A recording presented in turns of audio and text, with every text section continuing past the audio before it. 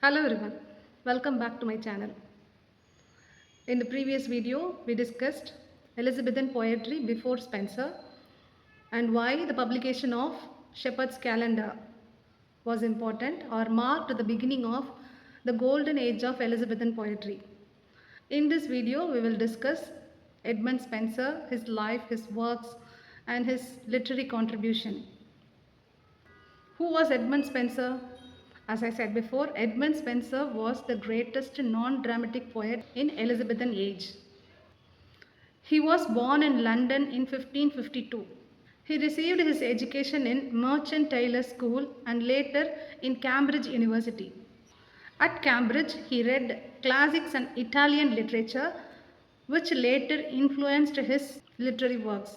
He was also strongly influenced to Protestantism, which later reflected in his works. Spenser's early career. After spending some time in his relatives in Lancashire, Spenser entered the household of Earl of Leicester.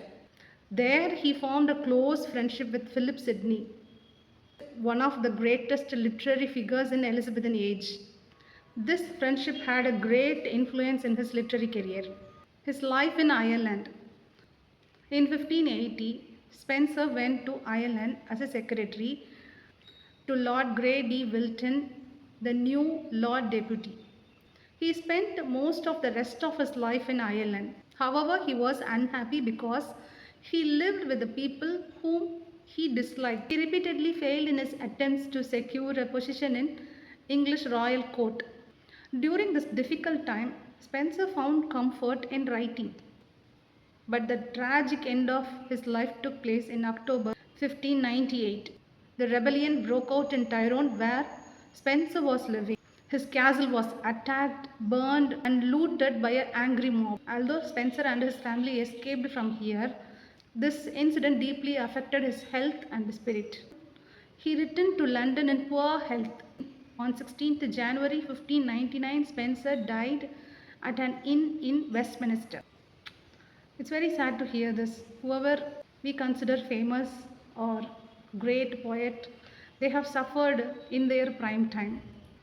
Now let us discuss major works of Edmund Spenser. The first one is Shepherd's Calendar, 1579. As you all know, this marks the beginning of golden age of Elizabethan age. It is a pastoral poem. It is divided into 12 parts representing 12 months. Following the tradition of pastoral poem, the speakers are shepherds. The shepherds discuss love, religion, morality, and contemporary issues. This poem reflects Spenser's Protestant beliefs. Number 2, Astrophel, in 1586. This is an elegy written on the death of his friend Sir Philip Sidney. Number 3, For Him. In this work, Spenser celebrates love and beauty and displays his musical style. 4, Amorety. This is a collection of 88 sonnets.